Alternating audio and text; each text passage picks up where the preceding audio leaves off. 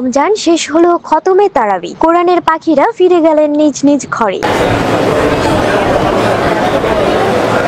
দীর্ঘ আরেকটি বছরের অপেক্ষা, আবার কবে ফিরে আসবে কোরআন নাজিলের মাস রমজান। পবিত্র মাহে রমজান উপলক্ষে সারা দেশেই শুরু হয়েছিল খতমে তারাবি।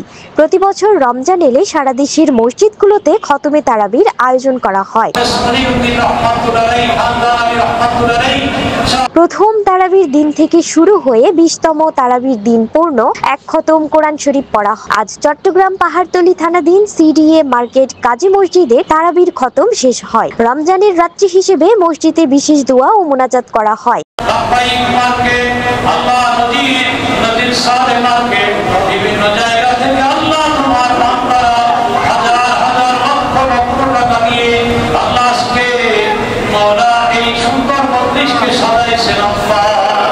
আজ রমজানের 21তম রাত্রি এবং 20তম তারাবির রাত্র, তাই অধিকাংশ মসজিদেই আজকে খতম সম্পূর্ণ হবে।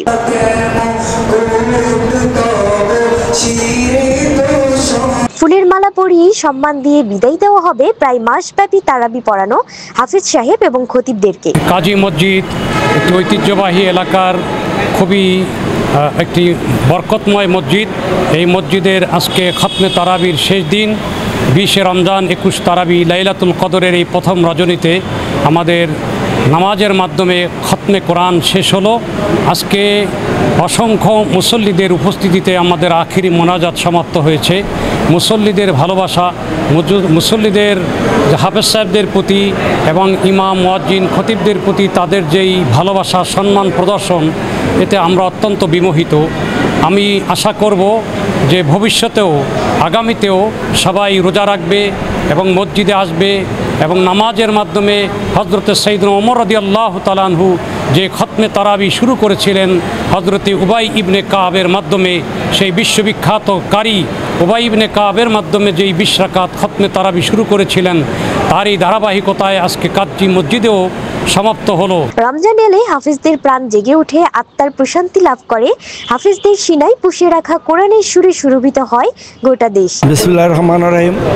আসলে আমাদের কাজী মসজিদের সমাজের যে মসজিদ, আমরা সব সময় আনন্দভাবে আমরা আমাদের হাফেজদেরকে বিদায় দিই।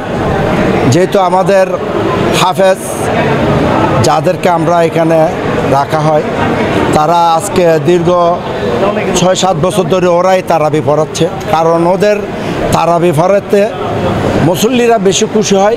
মুসল্লিরা তাদের পিছনে দাঁড়িয়ে নামাজ পড়তে তাদের খুব আনন্দ লাগে। তাদের সূরাগুলা খুব শুদ্ধভাবে বলে, আস্তে ধীরে বলে।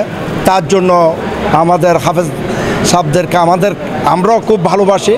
ওদের পিছনে নামাজ পড়তে আমরা আনন্দ বোধ করি। কোরআনের সুর মানব হৃদয়ে পৌঁছানোর জন্য সারা বছর আত্মা ছটফট করে। এই অনুভূতিটা হাফিজরাই শুধু অনুভব করতে পারেন।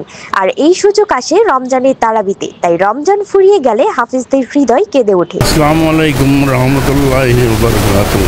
আমাদের প্রতি বছরের মতো রমজানুল মুবারক আগমন আমাদের হৃদয়ের মধ্যে একটা জাগরণ সৃষ্টি হয়। আমরা তখন হাফেজ হুজুর ইমাম সবার মাধ্যমে আমরা কোরআন তেলাওয়াত শুনি, আমরা মুক্ত হই।